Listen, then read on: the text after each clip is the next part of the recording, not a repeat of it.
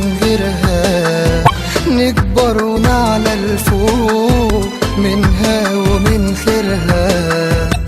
وعلماء من نبتها شايلين هناك اسمها، وكفاية بره يقولوا المصري ده ابنها. مصر اللي بتضمنا نبض الحياة دمنا، نوهب عشان حياتنا لو كنا بنحبها.